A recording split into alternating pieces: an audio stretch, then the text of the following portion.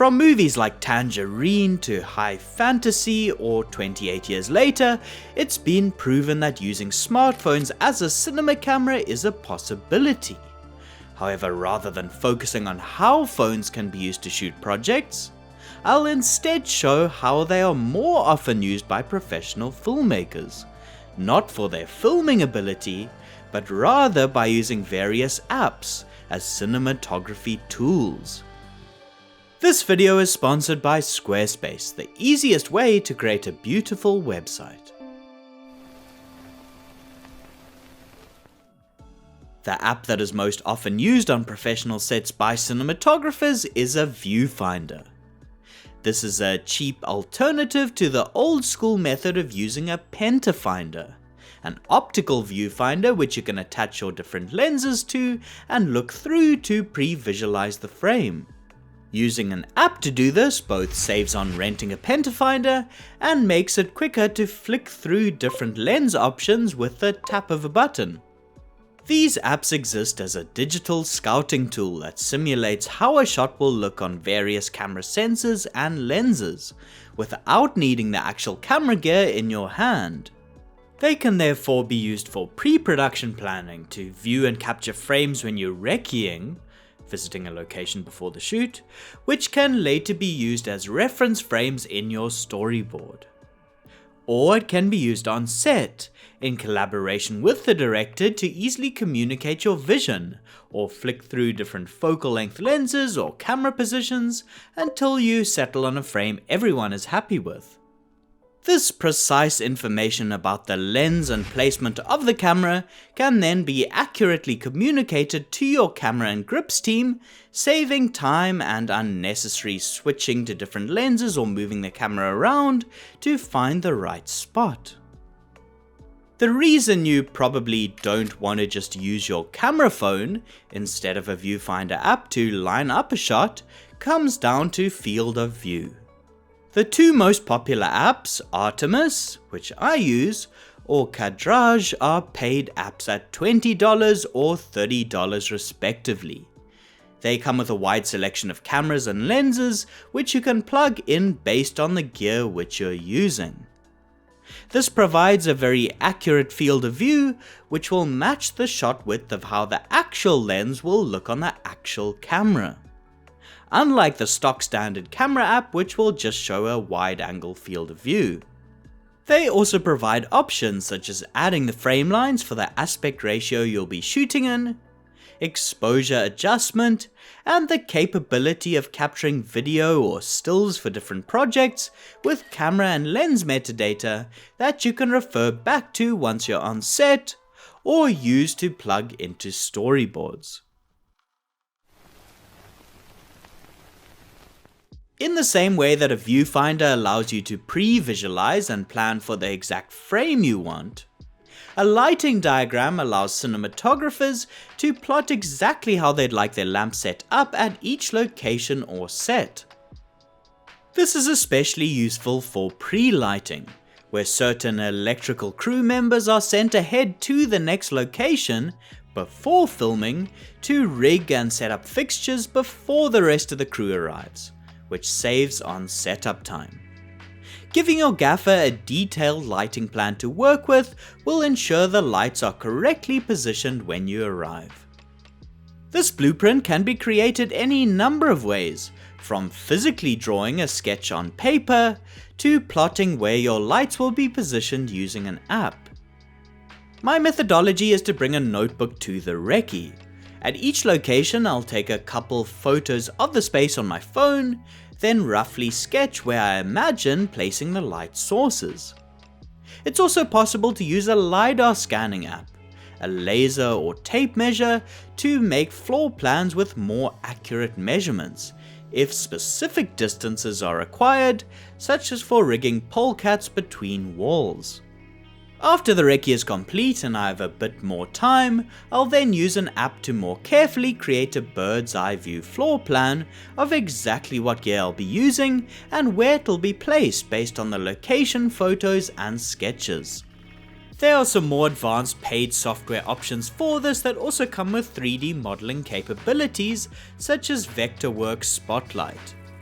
Or you can design these plans yourself in software such as Adobe Photoshop or Illustrator, with the option to purchase custom illustrated assets such as from film set objects. But I usually just use either the diagram feature in Cinematography, Aperture's app which is available for free download, or the NaNlink app which is NaNlight's free software. These come with illustrated drag and drop options such as lights, textiles, people and furniture that you can use to build your diagrams, which can later be exported and passed on to the relevant crew members who will be assembling these plans in the real world. Although I like this app workflow, these diagrams can also be created by just roughly hand drawing them, as ultimately it's not the diagrams that'll be seen and judged, but the actual lighting in the footage. Before we get to the next app, I need to thank Squarespace for sponsoring this video. As a working DP, I of course have a website, which I was able to set up thanks to Squarespace. Their design intelligence makes it easy for filmmakers to build a website customized for showing off your business or portfolio. You can get started by selecting options recommended for you by their Blueprint AI and easily integrate videos or images from your work into libraries. Perfect for filmmakers.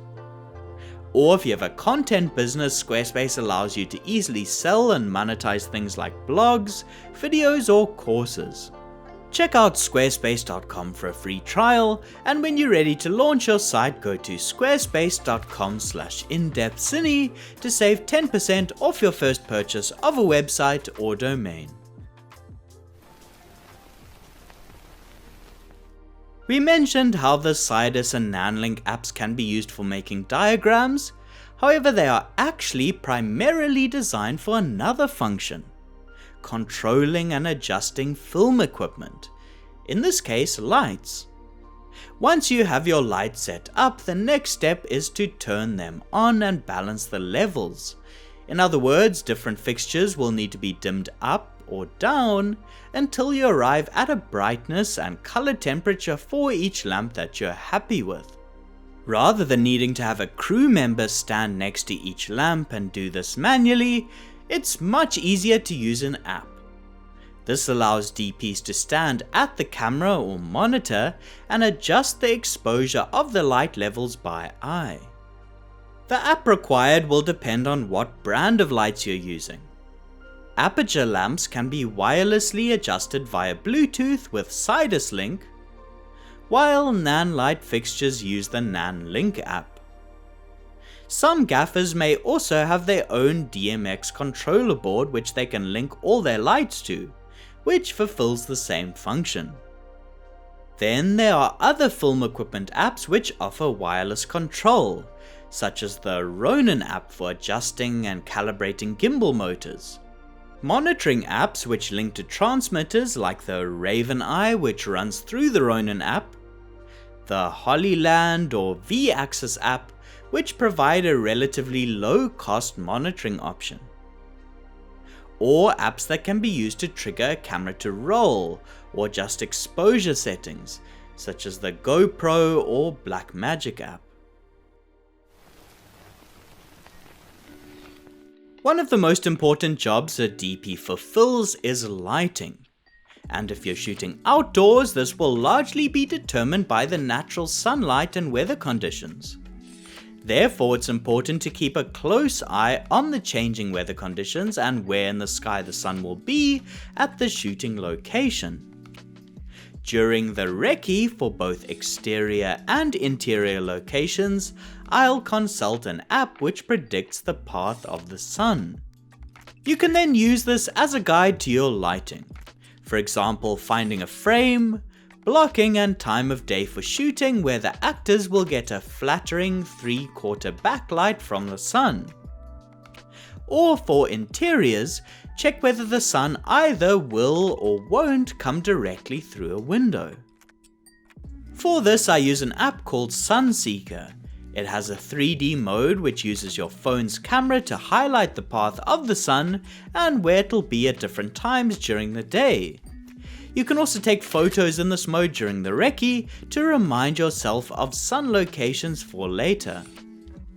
Another useful sun tracking tool that I use is Shade Map, which is especially useful if you aren't able to recce locations or perform a light study in person.